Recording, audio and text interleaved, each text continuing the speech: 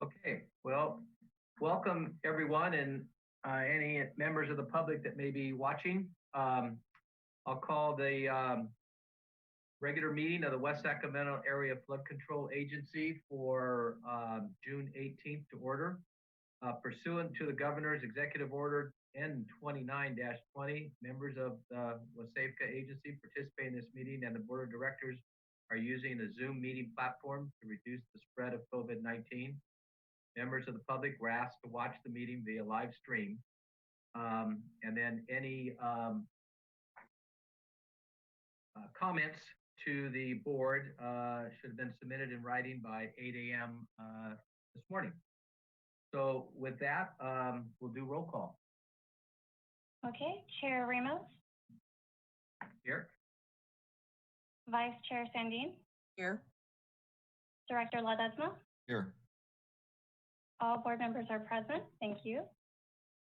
Okay, thank you. The first order of business was presentation on public matters not on the agenda. Did we get any comments for the public on items not on the agenda?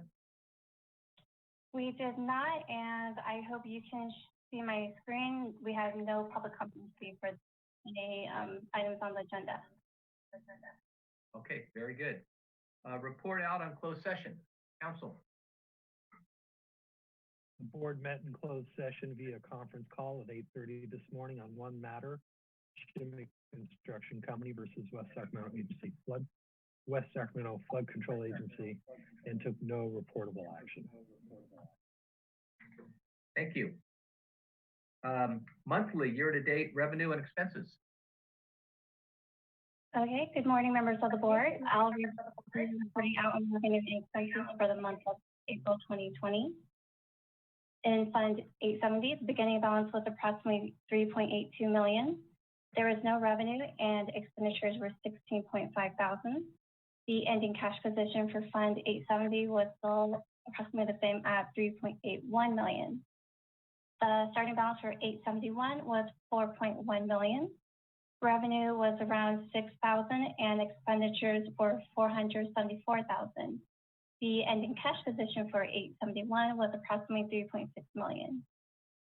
Looking at the year-to-date position, the combined cash position among funds 870, 871, 257 was $17.5 million. As of June 6, 2020, the agency's combined cash position was approximately $18.9 million. So the second installment of the flood assessment was received in amount of $2.2 million. And the statement of cost for quarter 35, which is January through March 2020, was submitted to the WR recently and is in review.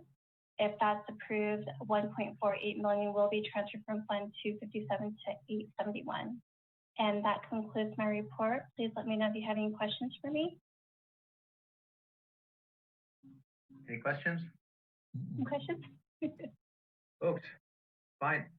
Thank you, Jen. Very good. Thank you. On to the consent agenda. Just two items. The adoption of the 2021 assessment, and then obviously approval of the minutes from May 21, 2020. Any comments or questions on any consent items, directors? I'll move consent. I'll second. It's been moved and seconded to move the consent items. All those in favor? Aye. We take a voice call. Oh, that's right. That's right. We need to do the roll call. Sorry. Director Ledesma? Yes. Vice Chair Sandine? Aye. Chair Ramos? Yes. Okay, the item passes unanimously. Okay. Thank you very much. Hey, Mark, one question on that. I assume on an annual basis we do update the assessment rolls? We do. We're doing that process right now. It's kind of two steps. One is to spatially tie the map. So they do some work on the map and tie the parcels up because new parcels are formed, or parcels go away, et cetera. And then We'll look at several aspects, building permits, new parcels that improve value that we may not see in our current role. So we do an analysis about 4 different angles to see where the growth is in the assessment role. And then we run the math to come up with the assessments per parcel and the totals. That'll probably be done around mid-July. Okay, well, when it's done, it'd be nice to report out kind of what the final assessment number will be. Yeah, usually you'll see that in the flood program update around August or September. That will show the previous year's amount, the current year's going forward, and the differential increase. Okay, thank you. You're welcome. Item 4A, Southport Drainage Improvement Project Update, and then on to the Barrow site. I'll hand it over to Brian and Greg. All right, Jen.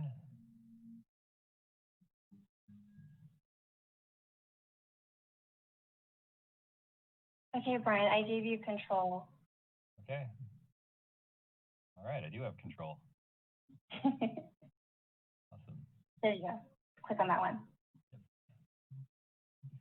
Just a little delay on the mouse. Okay. This is a presentation on our Southport Levee Drainage Improvement Project. Project was complete at the beginning of June.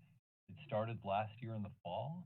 It was supposed to be fully complete before the winter, but we had some delays due to the heavy rains last year. The heavy rains wouldn't allow the soil to dry out, and we didn't want the contractor constructing something that would have a failure later due to settlement of wet soil that wasn't fully dried out. I'm going to go over the project. So the overview of the project was to eliminate drainage deficiencies from the levee construction. When the levee was constructed, you had some ponding runoff that created nuisance for the public, and we wanted to eliminate that nuisance. The main components of the project were swales and inlets at the Chicory Loop Village Parkway area. Those are what the public sees the most. Then we have a swale and pipe by the Linden Road Cul-de-sac, which takes ponded water to an adjacent property, puts it in a drainage inlet, and pipes it into one of the local drainage channels. And then we have the curb and gutter portion in the maintenance corridor. That was the part that was delayed along with the portion of the Linden Road cul-de-sac due to the wet weather that we experienced in the winter. It gives you an overview of the plans right here and see where you're at. You can look at, see where the levee is, start with the Sacramento River. It's the easily distinguishable thing. I'm pointing at it right here. It's kind of hard to do this when we're not in the same room. But if you look at the Sacramento River, you can see Village Parkway. If you see my mouse right there, where Village Parkway is. We have Chicory Loop right here. We have the Sherwood drainage portion, the yacht club. Chicory Loop comes up and goes along the levee, the old South River Road. So we have those two portions right there, which are highly visible to the public. And then back here, we have the Linden cul-de-sac drainage. And over here, we have the maintenance corridor drainage, which is north of Linden Road. Newport Estates is going to go in here in the future. They recently started grading on the first phase, which is adjacent to Village Parkway. The second phase will be adjacent to the maintenance corridor. So these drainage improvements right here would ensure that drainage from runoff against the levee doesn't pond against future property owners' homes. And it'll eventually be connected into the city storm drainage system when Newport Estates is constructed. So here's an idea of Chicory Loop Village Parkway. This is on the plan. It might be kind of boring to some of you guys that aren't into reading engineering plans. It just shows two swales right along Chicory Loop. And this is at the north portion where you're going to the yacht club. So this is what it's trying to alleviate. You look at right here in the background, this is along Village Parkway. You have a huge ponded area, which is interfering with travel into the lane. And you have the Chicory Loop going up the levee. So you can see my mouse right here. So this was before the drainage improvements. This is after, the same spot. You can see we have a little bit more of a swale right here that's going to help collect that water as it flows down towards the intersection. And this is looking at the intersection, looking back to the ponded area. You can see the swale gets deeper and there's a drainage inlet right here. And this is the swale that was constructed, the concrete swale with the asphalt that takes the existing roadway and goes down to the concrete swale. So we won't have ponding in this area anymore. The ponding that you saw in the first flooded picture along Village Parkway flows into that mild swale, which eventually gets bigger and takes it into this drainage inlet, which connects with a pipe onto the other side into the large drainage channel along Village Parkway. There's another picture standing back, seeing the swale along Village Parkway and seeing the concrete swale there in the asphalt going to the DI. So here's another picture showing the previous conditions where we experienced inundation after constructing the levee. This is where you turn on Chicory Loop at the north end to go up to the yacht club. You see all this ponded water right there at the intersection over the stop sign. It made the lane impassable to some vehicles that didn't have high ground clearance. This is how it looks like today after the construction. You see the concrete swales on each side with the asphalt that slope down from the roadway to the swales, and both of them go to drainage inlets. So this is at the south end of Chicory Loop, where you're coming back from the marina. You see the flooding all along the right side. There's minor flooding on the left side, but it didn't really interfere with a ponded roadway. So this is what you see today. On that area on the right-hand side of the roadway, you have, again, a concrete swale with the sloping asphalt, and it connects into the drainage inlet, and it goes across the street into the drainage ditch and out through the city drainage ditch system. So those were both tested this year during the wet weather, and they functioned properly. This is another view of it. We had Public Works go out and stripe this area right here on the stop sign because we were afraid that people coming down from the marina on Chicory Loop, as they're coming down and turning onto Village Parkway, they might want to cut the corner and they could get one of their trailer tires stuck on the side of the roadway right there. So we get that warning for motorists on the side where the stop sign is. Little public safety thing that we thought of after the design that we worked with Public Works to implement. So the Linden Road cul-de-sac right here, another one of the engineering plans that has a little swale. If you see my mouse right here on the side, which heads from south to north and then ties in. A pipe goes through the cul-de-sac up to this outlet, which connects into the large existing drainage ditch. Why did we do this? You see right here, the floodwaters after the levee was built. Significant ponding in this area right here that backed up onto the lawn of this property owner. And built the levee, you had this compacted area, and the water just ran off here and really didn't have a place to go when it got to this low-lying area. Same picture from today after the construction. You see a little bit of a swale right here, and this rock and drainage inlet right here. So all the ponded water is going to go in this drainage inlet, which is then piped underground to the existing swale along Linden Road. You can see the cul-de-sac in the background. This is all the pipe, just to show you an idea of the pipe that went into the ground, these pipe sticks. Figure add a few more pictures for you guys, since everybody's been stuck in their home for the most part due to COVID, try and make it a little bit interesting and give you a better field perspective. So that pipe allowed that drainage inlet water to go in from that inlet over into the channel to assist that property owner from dealing with floodwaters. So now we have the concrete ditch in the maintenance corridor. This is how it was designed right here. Looks like a little V-ditch with a curb. But if you look at the top of the spec right here by the mouse, it says varies based on flow depth. So we were going to vary the width of this. This looked good on paper when it was designed by the designer, but we got out there to the field and the contractor was like, wait a minute, this is going to be a pain to construct. We have to vary that width. We held a constant slope, but vary the width, and it's going to look a little bit odd in some places. So we worked with the contractor and came up with a modification so that we hold the width and we vary the slope. It's a more constructible approach. The design was easier designed using computer technology, but this is more practical as far as a construction standpoint. So we met with the contractor and decided on this, and they thought that this would be able to be implemented a lot quicker, even though it's more material. So it was 20 cubic yards more material, but they thought that with the production of doing it this way, they'd be able to make up that cost. So we agreed to a change order via handshake. Not a proper change order, it was done via handshake, but we all thought that things were good.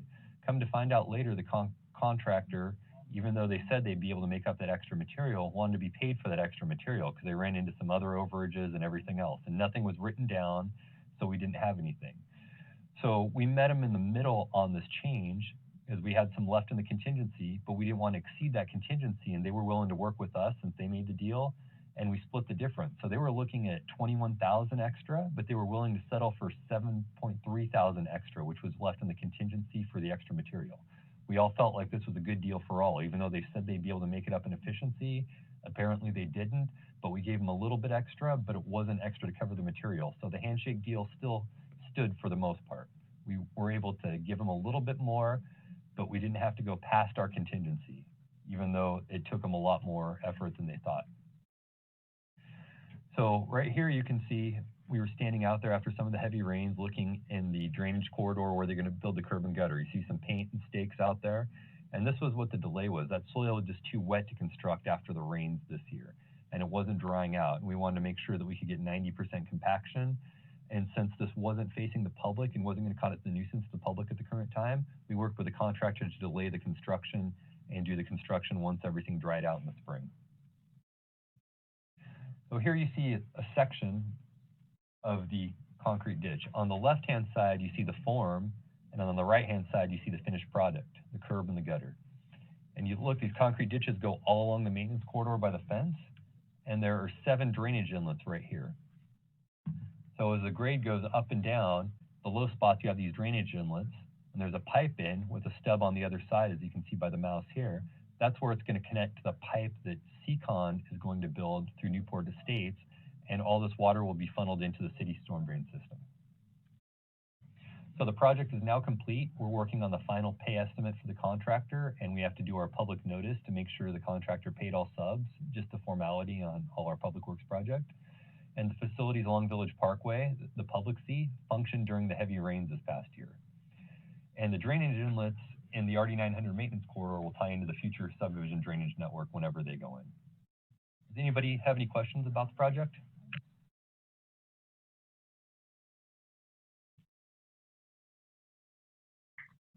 No, that was very, very good presentation. All right, thank you for your time. All right, Jen. Okay.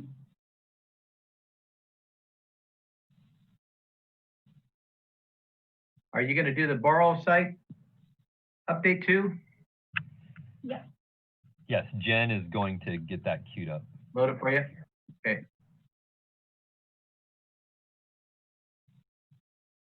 Okay. While we're waiting for Jen, to let everybody know here, I missed closed session today. I was out there at 8 a.m. meeting Channel 3 News for an interview. They got word of the project going on and wanted to do an interview, contacted Paul Hosley, city's communication and outreach guy. He worked with Greg and myself, and we set up a time with the reporter. Unfortunately, the reporter didn't make it. He did it by phone.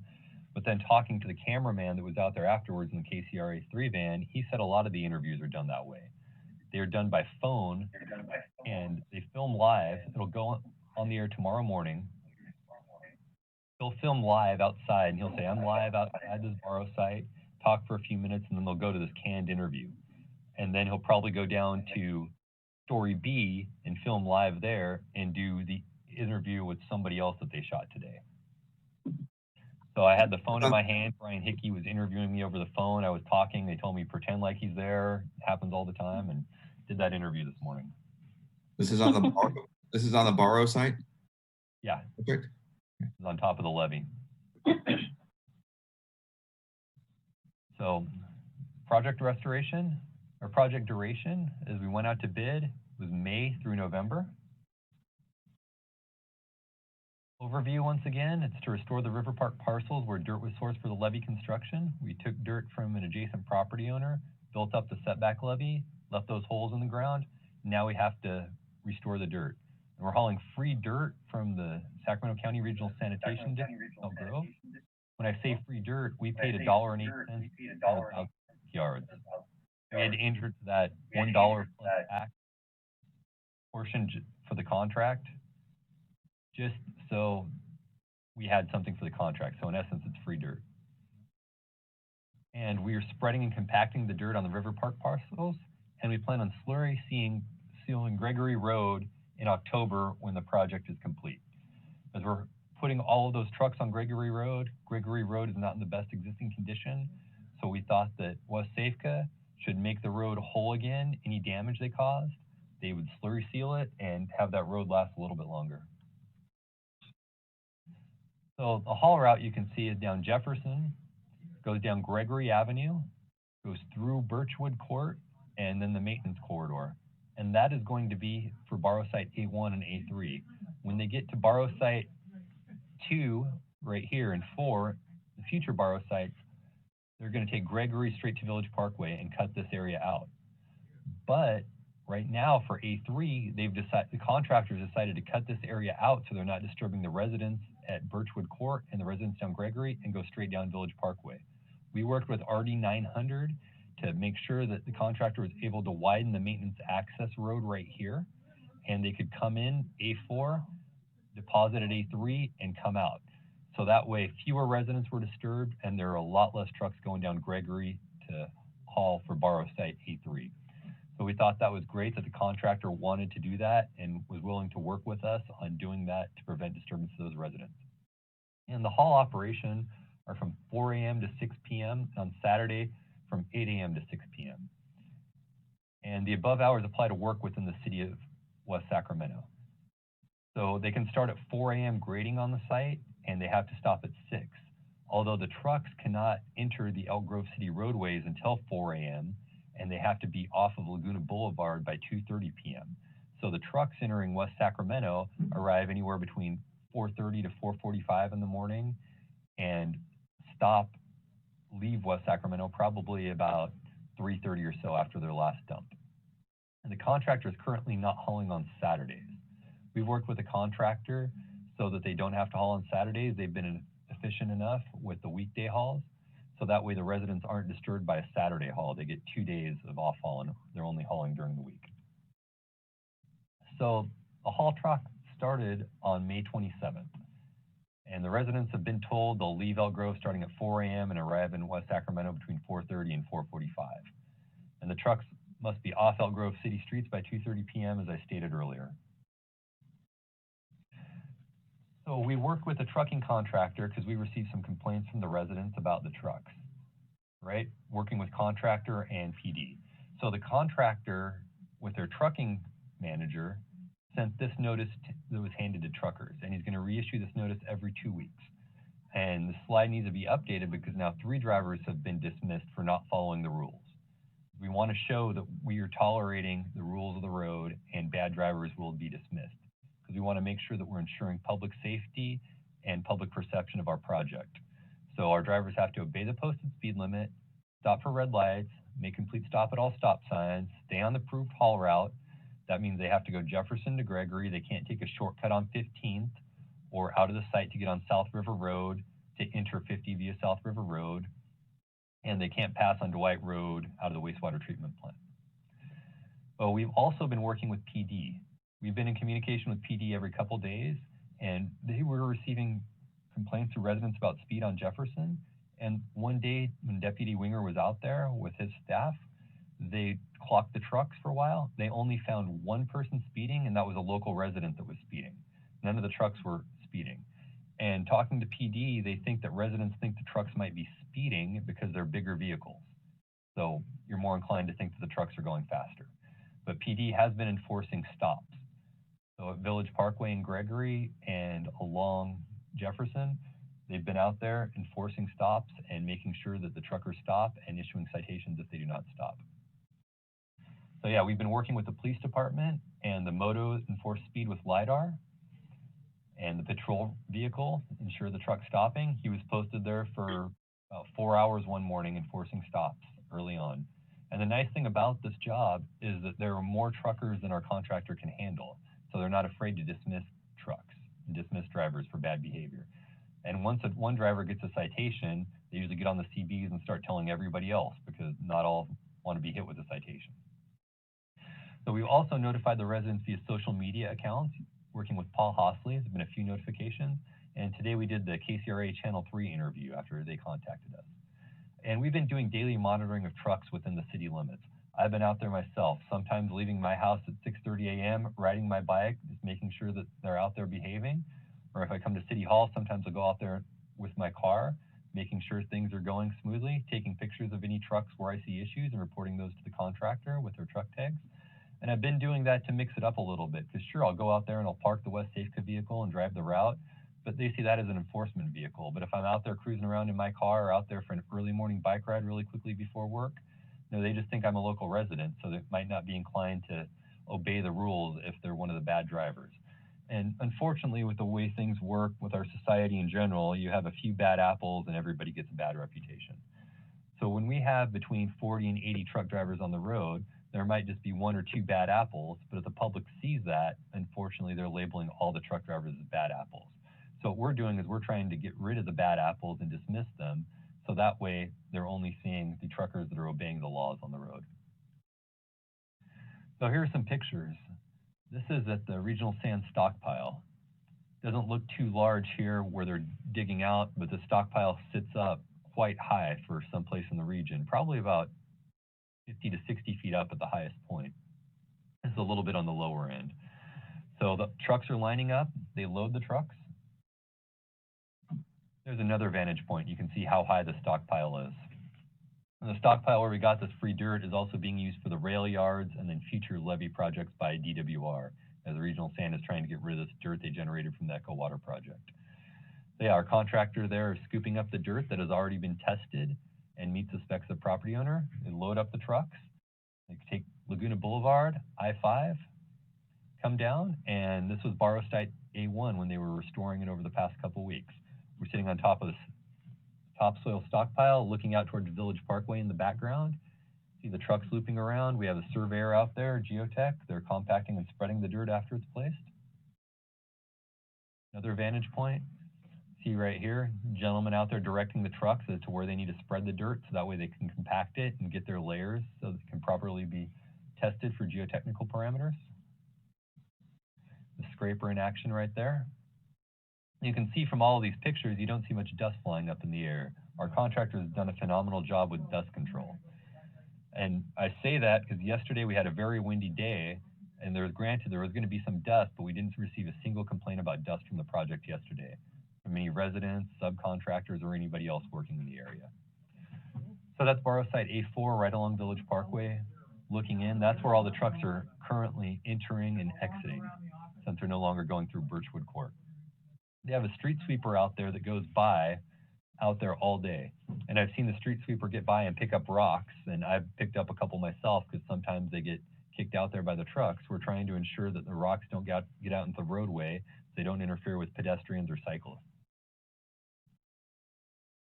And De Silva Gates has really been on top of their guys. You know, here's a reminder right here to close the gates at the end of the shift.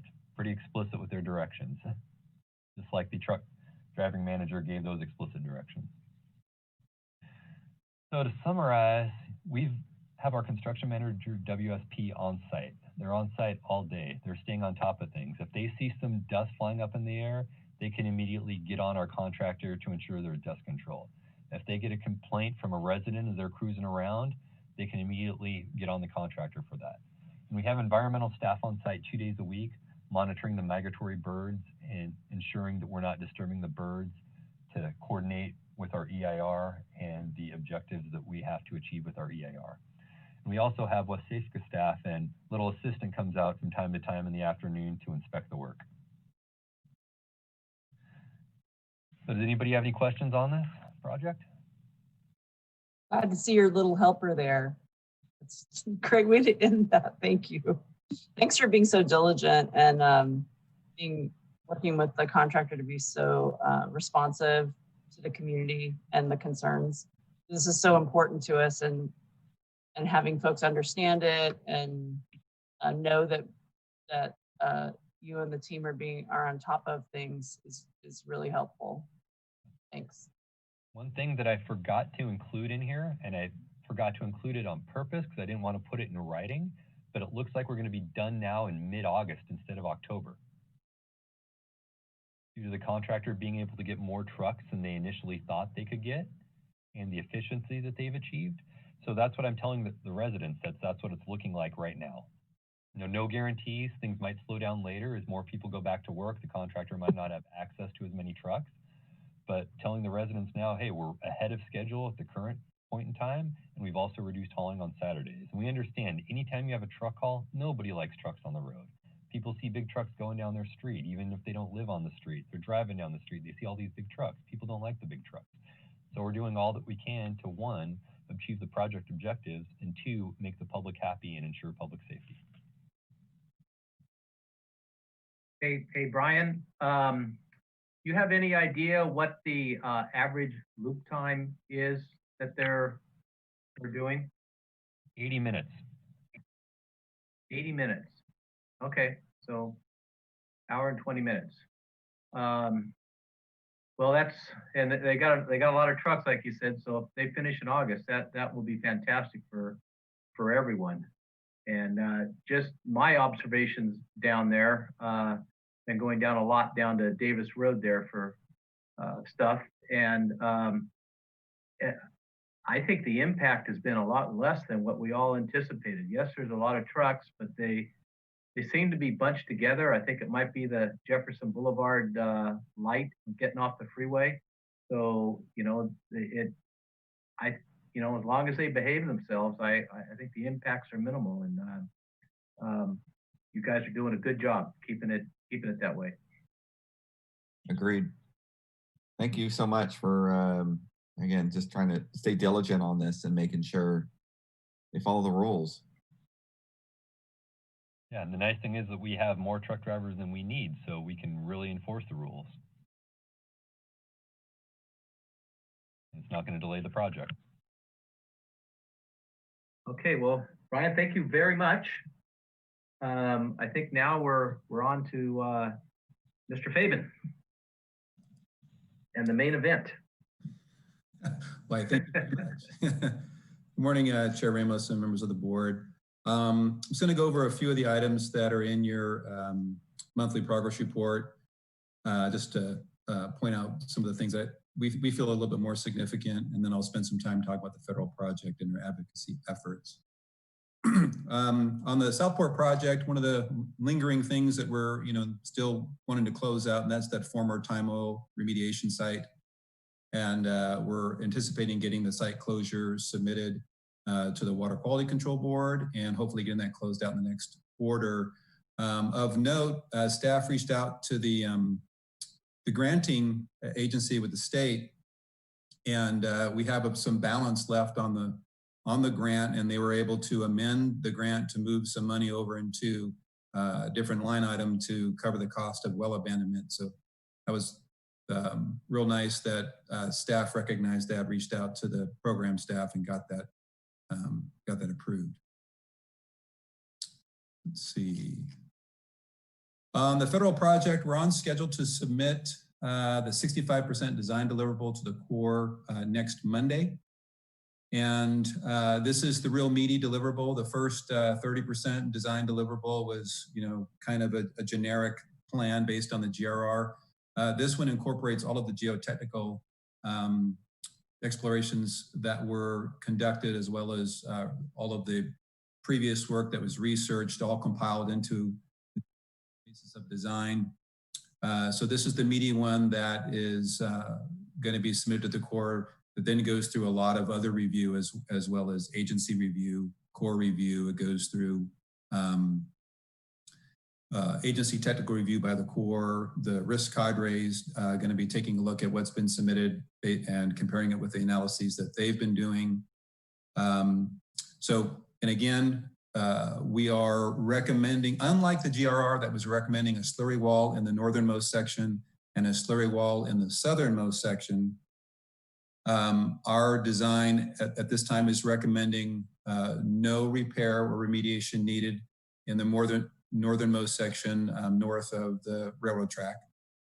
In the segment between I-80 and the UP main line, we're recommending some slope stability and a seepage treatment through installation of a perforated pipe that will direct seepage away from the toe of the levee and direct it to the RD900 pump station that's in the area. This is a continuation of a solution that the Corps constructed about 10 years ago, just to the west of where we're proposing to do the remediation.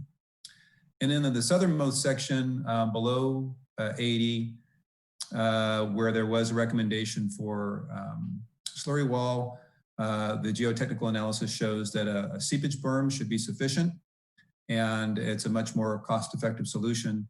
And so we're in the process right now of identifying some borrow source material, our favorite topic, so that we can spec that and have it identified for when we go to construction next year. So that's kind of the meat and potatoes of what's going to be submitted to the Corps next Monday. Any questions? Hey, Greg, does that? Yeah. Yeah, that seepage berm, does that infringe on any of the buildings there, or is there enough room? There's plenty of room there. There's a railroad right of way, and there's all this there used to be, and there's also there's a plenty of room there. We've spec'd it out, and it won't infringe at all. Good question, Greg. How is this path? How is that shared with folks to know that this is the plan going forward? I know I just know people here that everything needs to get reinforced all around the city, and so if it's a different solution, how do folks find out? Well, I think the first thing we need to do is get the design reviewed and approved by the Corps. Once we are all in agreement that the solution set at this point is correct, and now it's just dialing in the design as we march towards 100%. I think at that point we can share, with the community. We can share, obviously we're share with you, and you can share with the city council as well. But we can get the message out. But this is a Civil Works project for which we're working on behalf of the Corps right now. So we would need to coordinate with the Corps on how they would want to message, their Civil Works project.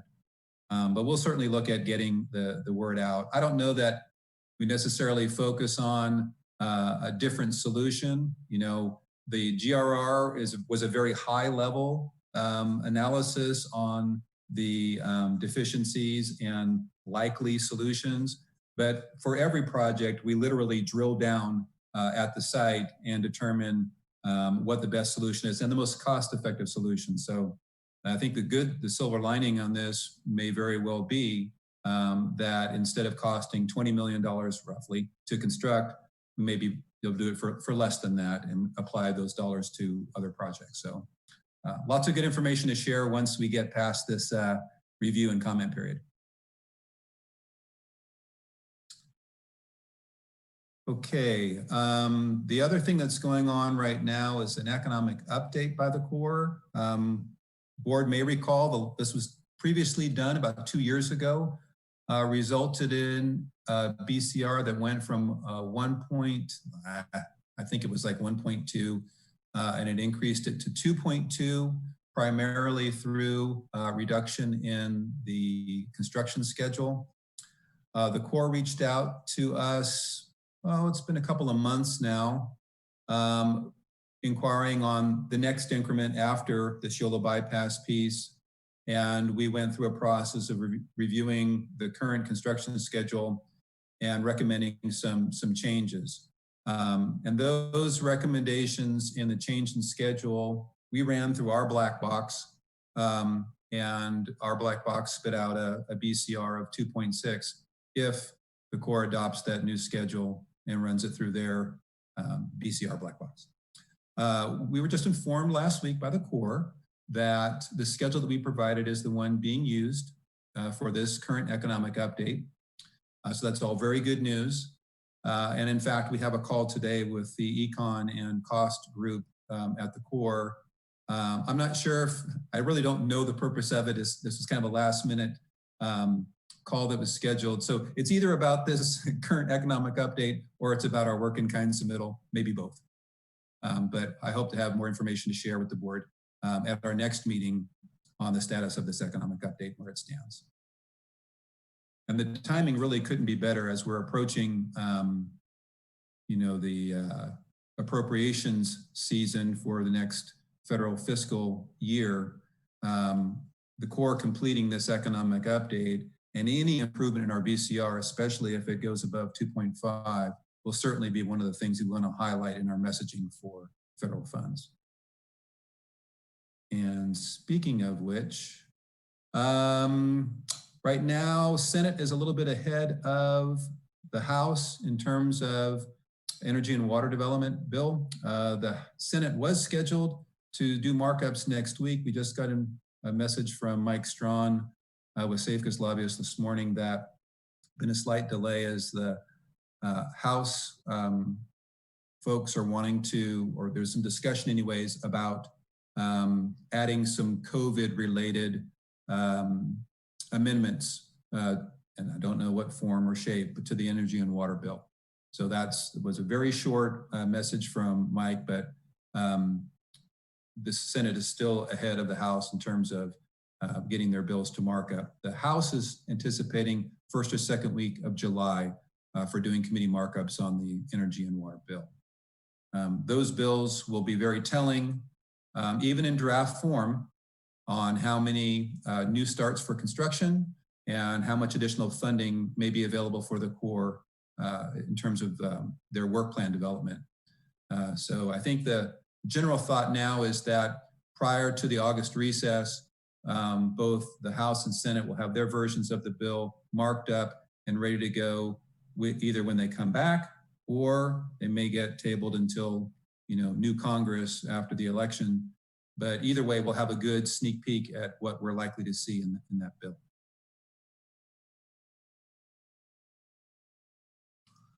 Any questions on federal project, federal advocacy before I move on to one last item? No?